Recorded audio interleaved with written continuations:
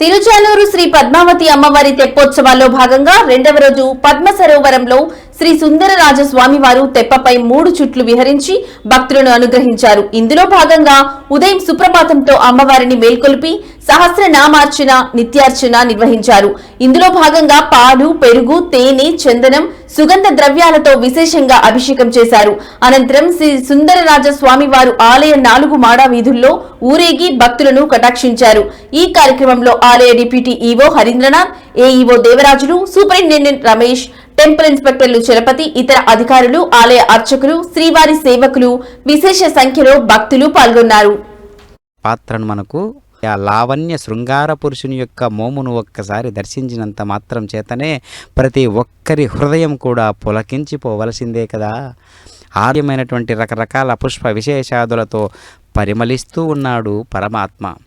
కస్తూరి పునుగు జవ్వాది తైలముల విలక్షణ పాత్రలతో శోభిల్లుతూ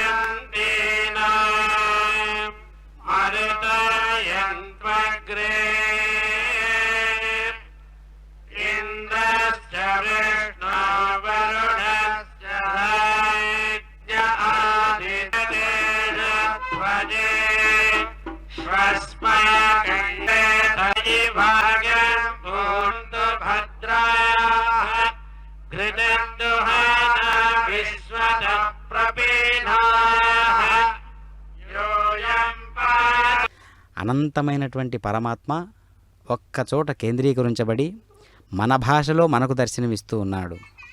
ఓం నమో వెంకటేశాయ.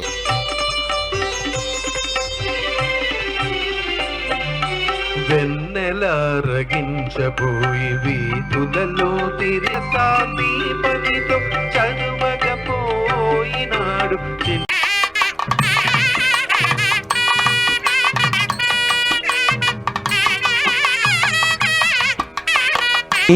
వాహనారూఢుడై నారీ రూపము దాల్చి నీవు వరవీణా.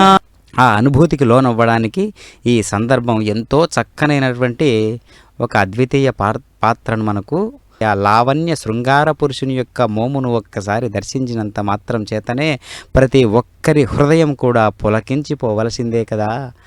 ఆర్యమైనటువంటి రకరకాల పుష్ప విశేషాదులతో పరిమళిస్తూ ఉన్నాడు పరమాత్మ. కస్తూరి పునుగు జవ్వాది తైలముల విలక్షణ పాత్రలతో శోభిల్లుతూ